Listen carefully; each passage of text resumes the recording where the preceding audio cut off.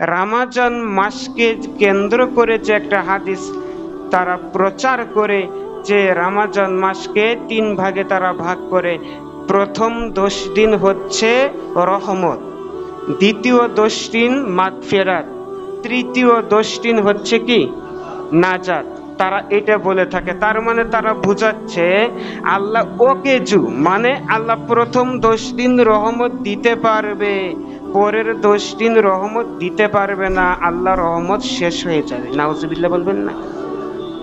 আল্লাহ দ্বিতীয় 10 দিন মাগফিরাত করতে পারবে, ক্ষমা করতে পারবে, তৃতীয় 10 দিন আল্লাহ আর তার বান্দাকে ক্ষমা করতে পারবেন না, কারণ আল্লাহর ক্ষমা নাকি শেষ হয়ে যায়। নাউজুবিল্লাহ বলবেন না।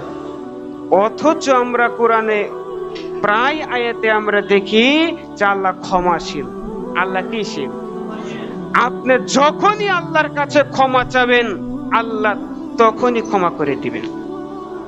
সম্মানিত উপস্থিতি, যে কথা বলতে চাচ্ছিলাম, তারপরে তারা বলছে তৃতীয় 10 দিন নাজাত, তার মানে তৃতীয় 10 দিন আল্লাহ তার বান্দাদেরকে জাহান্নাম থেকে মুক্তি দিতে পারে, জান্নাতে পাঠাতে পারে, তার আগে এই 20 দিন পারে না।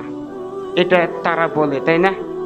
অথচ আল্লাহ সুবহানাহু ওয়া তাআলা তার নবীর মাধ্যমে হাদিসে আমাদেরকে জানিয়ে দিয়েছেন এভাবে যে রমজানের প্রথম রাত্রি যখন আসে তখন আসমানের যত দরজা আছে আল্লাহ খুলে দেয়।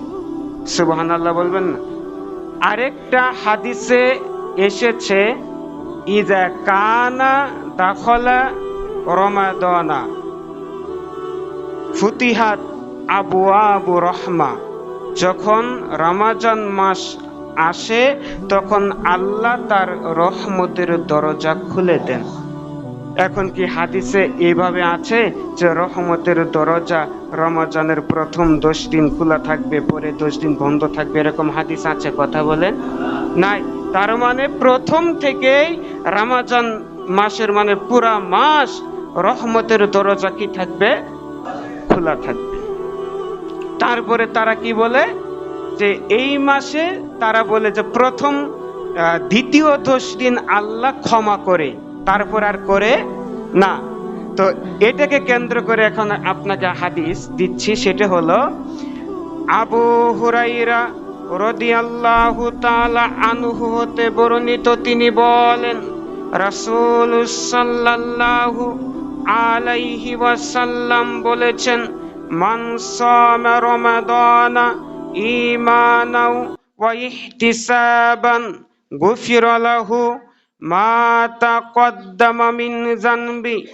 আল্লাহর নবী বলেন, যে ব্যক্তি ঈমানের সাথে নেকির আশায়, বলেন তো কিসের আশায়? নেকির আশায় রমজান মাসের সিয়াম পালন করবে, আল্লাহ বলছেন গুফিরা লাহু, আল্লাহর নবী বলছেন গুফিরা লাহু মা তাকদ্দামা মিন যানবি। আল্লাহ সুবহানাহু ওয়া তাআলা তার অতীতের যত গুনাহ আছে, অতীতের যত পাপ আছে, আল্লাহ সুবহানাহু ওয়া তাআলা ক্ষমা করে দিবেন। এটা কি আপনি যত সিয়াম পালন করবেন রমজানের, প্রত্যেকটা সিয়ামের বিনিময়ে আল্লাহ আপনার অতীতের যত পাপ আছে আল্লাহ কি করে দিবেন? ক্ষমা করে দিবেন। তাহলে এখানেও কিন্তু তারা কি টিকল না। তৃতীয় ভাগে তারা কি বলে থাকে বলেন তো? নাজাত। তার মানে আল্লাহ তৃতীয় 10 দিন বান্দাকে জাহান্নাম থেকে জান্নাতে পাঠায়, তাদের কথা, তাই না?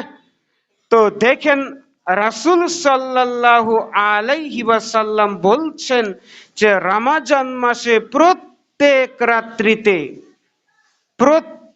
রাত্রিতে আল্লাহর নবী বলছেন যে আল্লাহ সুবহানাহু ওয়া তাআলা অসংখ্য মানুষকে জাহান্নাম থেকে মুক্তি দিয়ে জান্নাতে পাঠায়। সুবহানাল্লাহ বলবেন না। এটা কি শেষ 10 দিন নাকি প্রত্যেক রাত্রে?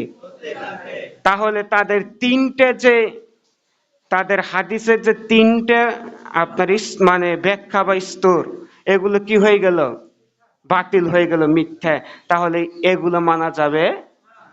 রমাজান মাস রহমতের মাস, মাগফিরাতের মাস, নাজাতের মাস, একথা ঠিক।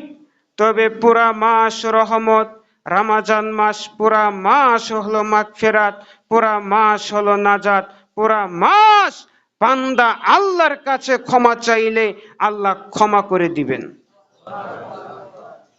সম্মানিত উপস্থিতি, রমাজান মাসের এত গুরুত্ব হওয়ার কারণ কি জানার ইচ্ছা করেন আপনাদের?